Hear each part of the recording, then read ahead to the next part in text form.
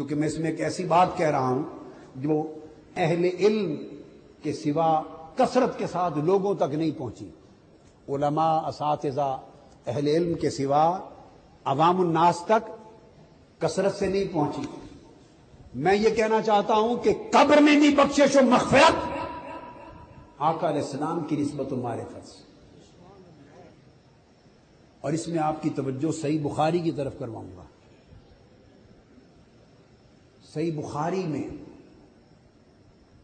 قبر میں آپ جانتے ہیں نا، آپ تو جانتے ہیں نا کہ 3 سوال ہوں گے. جی، مر ربوں کا، ما دینوں کا، ما کنت تقول فی ھذا الرجل محمد. 3 سوال ہی ہے نا. امام بخاری نے اپنی اسناد کے ساتھ اور سندوں کے ساتھ یہ 3 سوال نہیں لکھے.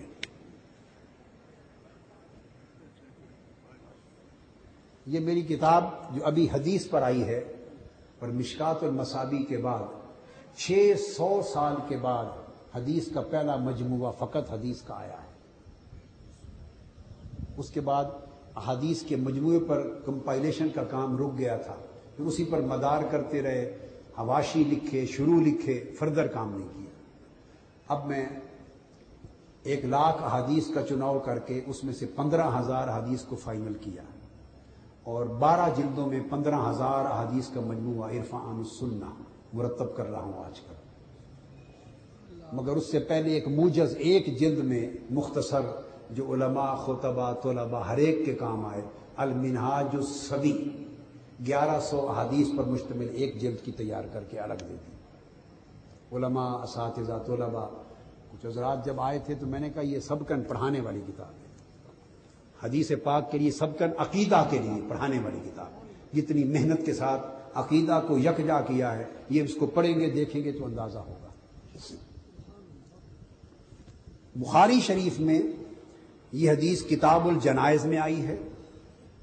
توجہ سے سنیں، باب ما جاء فی عذاب القبر.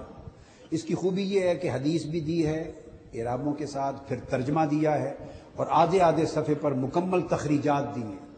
تمام مصادر، مراجع اور تخریجات مکمل دے دی. اس کی 1000 تخریجات دی ہیں اس ایک جلد میں، تاکہ جب آپ کوئی حدیث پڑھیں ترجمہ، اس حدیث کے 10 مراجع بھی آپ کے سامنے تفصیل کے ساتھ آ جائیں.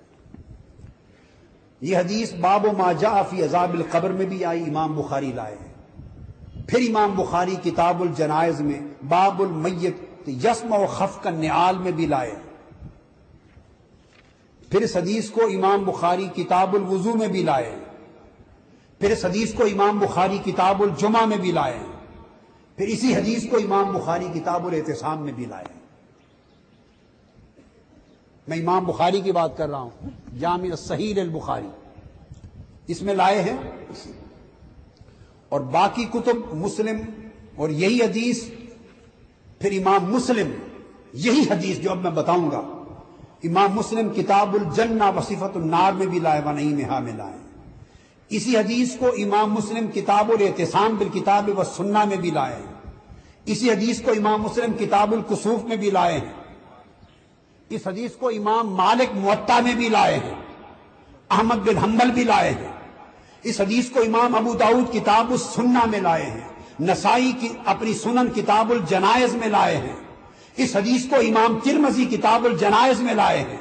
اسی حدیث کو ابن حبان لائے ہیں، ابن ابی شیبہ لائے ہیں. اس حدیث کو پھر آگے احمد بن حنبل لائے ہیں. الغرض یہ جو حدیث اب آپ کو مضمون بتاؤں گا، جس کے لیے میں نے عرض کیا کہ اہل علم، اساتذہ، علماء کے سوا عوام تک یہ نہیں پہنچی، تو میں نے ریفرنسز سارے اس لیے دے دیے کہ کوئی یہ نہ سمجھے کہ صرف کوئی ایک سند کے ساتھ حدیث آئی ہے. پوری صحاح ستہ اس کو اگر دیکھیں تو 14 اسانید کے ساتھ صحاح ستہ نے اس ایک حدیث کو روایت کیا ہے. ائمہ صحاح ستہ نے 14 اسانید کے ساتھ اس ایک کو روایت کیا، اور باقی 3 سوالوں والی حدیثیں ان کے علاوہ ہیں. وہ مسلم میں، ابو داؤد میں، ترمذی اور باقی کتب میں.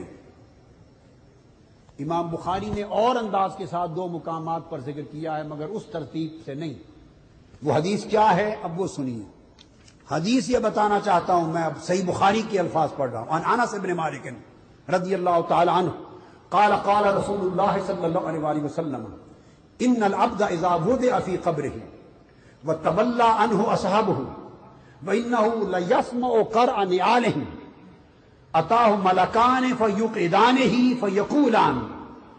اب اس کے بعد 3 سوال شروع ہو جاتے ہیں جو کچھ پڑھا سنا کہ جب مردہ فوت ہوتا ہے اس کو قبر میں دفن کر دیتے ہیں, دفن کرنے والے احباب واپس مڑ جاتے ہیں تو میت مڑنے والوں کے جوتوں کی آہٹ بھی سن رہا ہوتا ہے,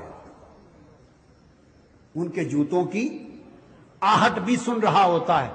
عام میت مڑنے والوں کے جوتوں کی آہٹ سنتا ہے, تم اولیاء سنتے ہیں یہ نہیں سنتے, ان کی بحثیں کرتے ہو. سنتا ہے. اس وقت 2 فرشتے آ جاتے ہیں منکر اور نکیر, وہ اس کو اٹھا کے بٹھاتے ہیں. فیقولان, اور پوچھتے ہیں. اب وہ جو بات بتانا چاہتا ہوں وہ کچھ اور نہیں پوچھتے.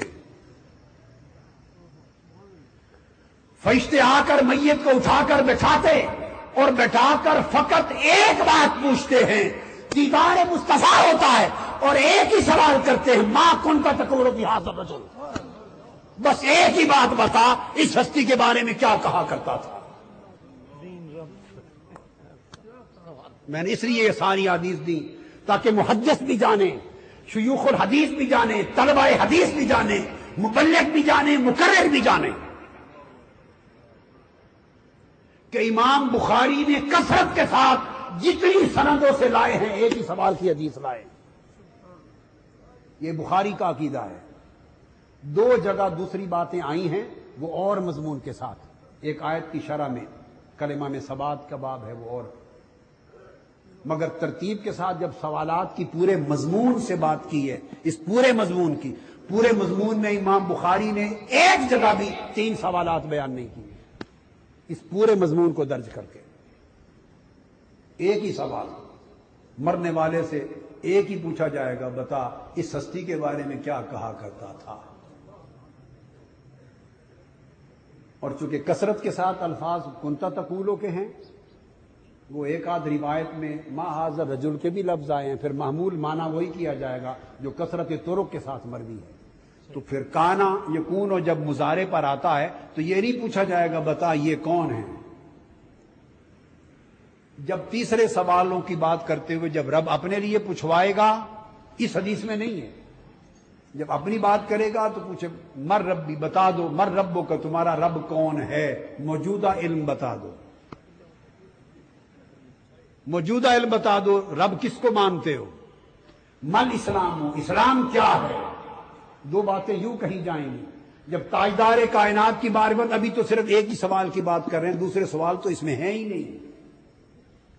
جب آقا کی بات ہوئی تو نہیں پوچھا جائے گا یہ کون ہے, نہ, اس لیے کہ اعلی حضرت فرماتے ہیں آج لے ان کی پناہ, آج مدد مانگ ان سے, کل نہ مانیں گے قیامت میں اگر مان گیا. وہاں جلوہ سامنے دیکھ کر ممکن ہے بڑے بڑوں کو سمجھ آ جائے, اس لیے وہاں کا سوال نہیں ہوگا. پوچھا جائے گا ما کنت تقول, جب تو اس مسجد میں خطیب تھا اور جمعہ کے دن خطاب کرتا تھا اس وقت مصطفیٰ کی شان کیا بیان کرتا تھا. زندگی میں اپنے درس دیتے ہوئے مصطفیٰ کی معرفت کیا بتاتا تھا. اپنی تحریروں میں, کتابوں میں, تقریروں میں ما کنت تقول, مرنے سے پہلے میرے مصطفیٰ کو کیا جانتا تھا, مرنے سے پہلے میرے مصطفیٰ کی شان میں کیا کہتا تھا. وہ بات کر آج کی چھوڑ.